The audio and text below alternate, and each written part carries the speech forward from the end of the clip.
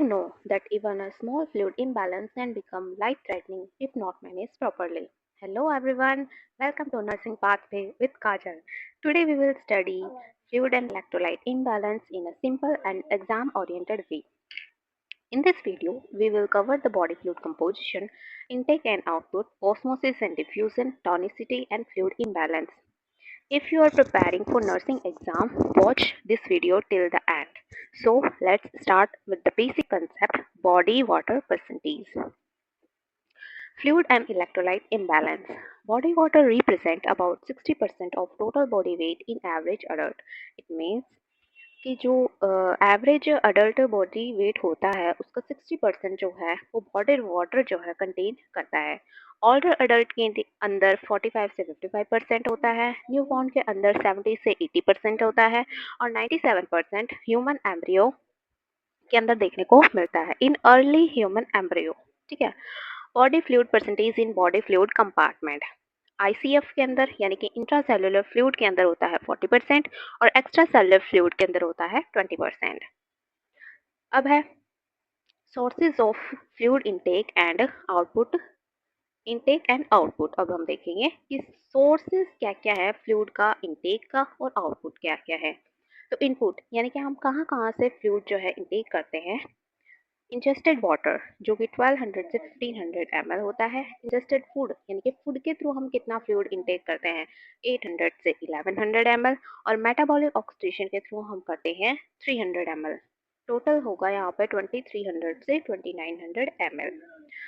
Output यानी कि किसके थ्रू बॉडी फ्लूइड जो है वो बाहर निकलता है बॉडी से। सबसे पहले है किडनी। किडनी के थ्रू निकलेगा 1500 ml। स्किन के थ्रू निकलेगा 600 से 800 ml। लंग्स के थ्रू निकलेगा 400 से 600 ml और जीए ट्रैक्ट के थ्रू निकलेगा 100 ml। टोटल होगा यहाँ पे 2600 से 3000 ml। Now we will discuss about the diffusion and osmosis. What is diffusion and what is osmosis? First is osmosis. Osmosis के अंदर क्या होता है movement of water from low solute concentration to higher, यानी कि जो सॉल्यूट कंसेंट्रेशन है उसका मतलब उसका जो है लोअर से हायर की तरफ मूवमेंट होना वाटर का, उसको हम बोलते हैं ऑस्मोसिस। डिफ्यूजन। डिफ्यूजन का मतलब होता है movement of solutes from higher to lower concentration. मतलब जो सॉल्यूट्स का मूवमेंट है वो हायर से लोअर कंसेंट्रेशन के अंदर अगर हमें देखने को मिल रहा है तो उसको हम बोलते हैं डिफ्यूजन।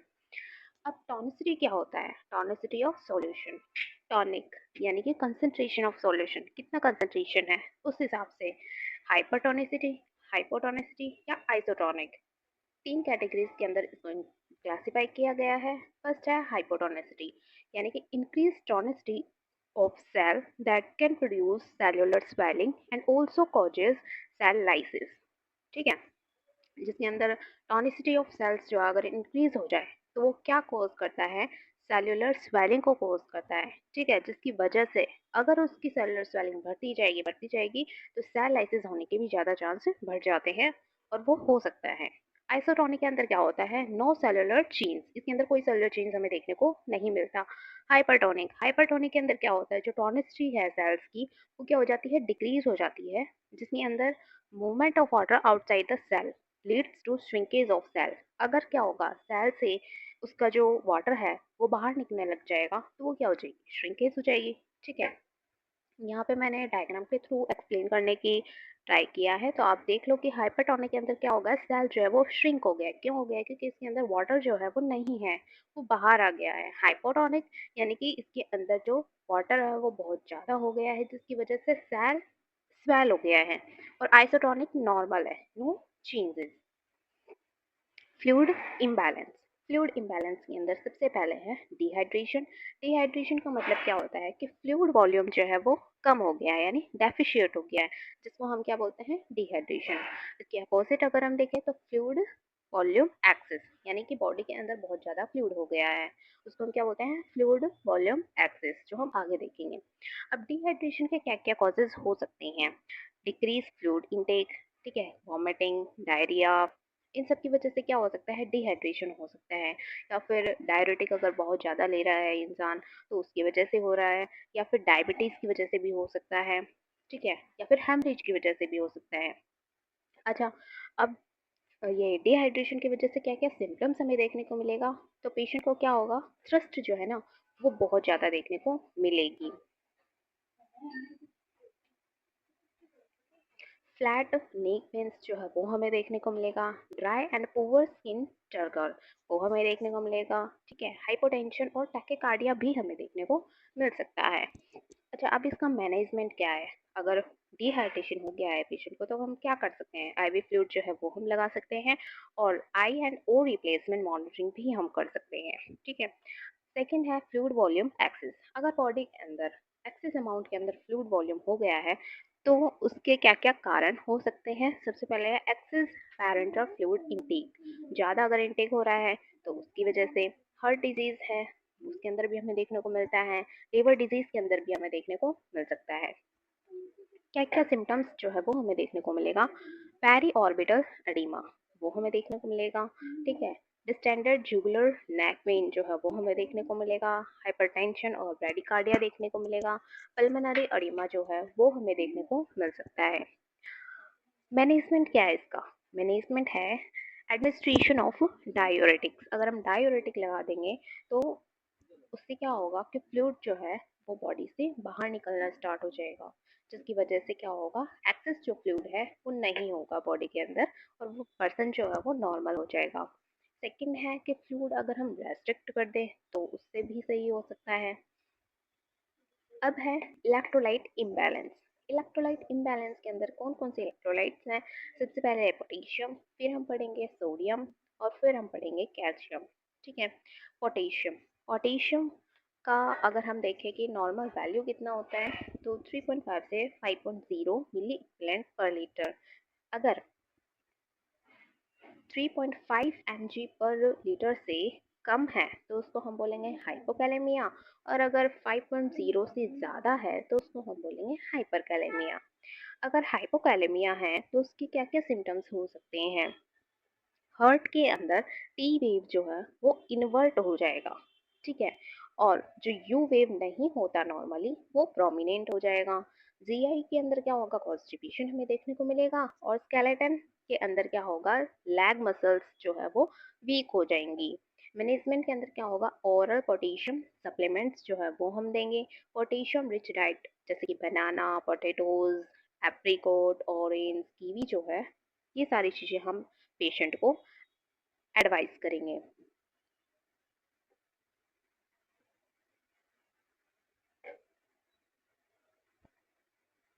हाइपरकैलेमिया, हाइपरकैलेमिया के कैलेमिया के अंदर क्या होता है, अगर 5.0 मिली इक्विवेलेंट पर लीटर से ज़्यादा है पोटेशियम तो उसको हम बोलते हैं हाइपरकैलेमिया। साइन सिम्टम्स क्या क्या होते हैं? हार्ट रेट जो है, हार्ट के अंदर क्या होगा, टॉल टी वेव जो है वो हमें देखने को मिलेगी इन ईसीजी। जीआई के अंदर डायरिया होगा। मसल्स के अंदर अर्ली मसल्स ट्विचिंग क्रैम्प देखने को मिलेगा और लेट के अंदर होगा प्रोफाउंड मसल्स वीकनेस। मैनेजमेंट हम क्या क्या कर सकते हैं? तो सबसे पहले क्या है, पोटेशियम रेस्ट्रिक्शन डाइट। अगर हाइपोकैलेमिया है तो हम क्या करेंगे, पोटेशियम को रेस्ट्रिक्ट कर देंगे। एडमिनिस्टर कैलेक्सिलेट यानी कि सोडियम पॉलीएस्ट्रीन सल्फोनेट, इसको हम एडमिनिस्टर करेंगे। IV glucose with insulin to move excess potassium into the cell. IV glucose जो वो हम देंगे with regular insulin. Administration of IV calcium if hyperkalaemia is severe. ठीक है, अगर सीवियर है तो हम क्या करेंगे, आईवी कैल्शियम दे देंगे, जिसकी वजह से क्या होगा, मायोकार्डियल एक्साइटेबिलिटी जो है वो क्या हो जाएगी, प्रिवेंट हो जाएगी।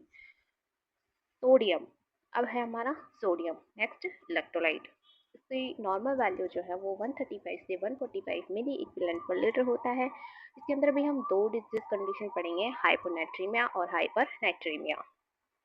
अगर 135 से कम है तो उसको हम बोलेंगे हाइपोनेट्रीमिया। क्या क्या सिम्टम्स हो सकते हैं इसके अंदर? पेशेंट क्या होगा, एनोरेक्सिया, दैट मीन्स कि भूख नहीं लगेगी, नोज़िया वॉमिटिंग होगा, लेथार्जी यानी थका थका महसूस करेगा, वीकनेस हो सकती है, कंफ्यूजन, मसल्स क्रैम्प्स। ठीक है, ये सब हमें देखने को मिलेगा। Earliest indicator of sodium loss के अंदर हमें क्या देखने को मिला, अल्टर्ड सेंसोरियम। ठीक है। मैनेजमेंट के अंदर हम क्या कर सकते हैं, administer the IV fluid solution with NaCl। IV जो है वो हम देंगे विद NaCl देंगे। हाइपरनेट्रीमिया, हाइपरनेट्रीमिया के अंदर क्या होगा, अगर 145 मिली इक्विवेलेंट पर लीटर से ज़्यादा है तो उसको हम क्या बोलते हैं, हाइपरनेट्रीमिया बोलते हैं। साइन एंड सिम्टम हमें क्या क्या देखने को मिलेगा, थ्रस्ट, ठीक है, sticky mucous membrane, dry mouth. Management के अंदर हम क्या करेंगे, restrict the sodium diet, sodium जो है वो हम नहीं देंगे। okay?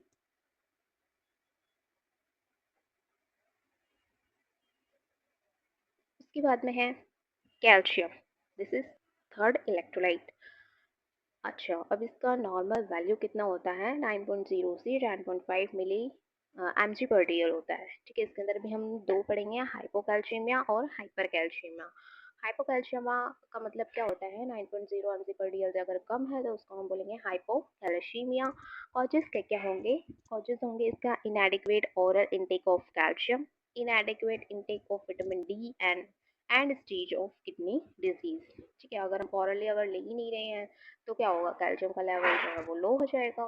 सिम्टम्स क्या क्या हमें देखने को मिलेगा, तो इसके अंदर दो साइन जो है वो बहुत ज़्यादा इंपॉर्टेंट हैं, जो कि एग्जाम पॉइंट ऑफ व्यू से भी पूछे जाते हैं, जोस्टिक और ट्राउजियस साइन। जोस्टिक साउंड के अंदर क्या होगा कि जब हम फेशियल मसल्स या फिर फेशियल नर्व के ऊपर हम क्या करेंगे, स्लाइटली मतलब टैप करेंगे तो क्या हो जाएगी, कॉन्ट्रैक्ट होना स्टार्ट हो जाएगी, ठीक है, और वो विजिबल होगा, तो उसको हम बोलते हैं जोस्टिक साइन। ट्राउजियस साइन के अंदर क्या होगा, is a carpal spasm by induced by flatting of BP cuff, यानी कि जब भी हम बीपी जो है वो लेंगे तो जैसे जैसे हम बीपी की कफ को क्या करेंगे, फ्लैट करेंगे, तो जो कार्पल मसल्स है ना वो क्या होना स्टार्ट हो जाएगी, स्पाज्म होना स्टार्ट हो जाएगी। तो ये इसके दो साइन जो है वो बहुत इंपॉर्टेंट है, जो हमेशा पूछे जाते हैं। मैनेजमेंट क्या है इसका, ऑरल कैल्शियम सप्लीमेंट्स जो है वो हम देंगे, और आईवीबी हम दे सकते हैं, विटामिन डी देंगे, ठीक है। उसके बाद में आएगा अपना हाइपर कैल्शियमिया। हाइपर कैल्शियमिया के अंदर क्या है, अगर 10.5 एम जी पर डी एल से ज़्यादा है तो उसको बोलते हैं हाइपर कैल्शियमिया। साइन सिम्टम के अंदर क्या होगा, फ्लैंक पेन, ठीक है, जो कि रीनल कैलकुला के अंदर हम देखने को मिलता है, जब हम रीनल स्टोन होता है तो उस टाइम क्या होता है, फ्लैंक पेन होता है, बॉन पेन हमें देखने को मिलेगा, and have a chance of fracture, ठीक है। उसके अंदर क्या होता है, चांस होते हैं बहुत ज़्यादा पेशेंट को फ्रैक्चर होने के, ठीक है। इसलिए हमें मैनेजमेंट के अंदर क्या देखने को मिल, मतलब क्या करना चाहिए हमें, कि पेशेंट को स्लोली मूव कराना चाहिए, जिसकी वजह से उसके जो चांस है वो कम हो जाए, ठीक है। That is the overall of fluid and electrolyte imbalance, and subscribe my channel. Thank you.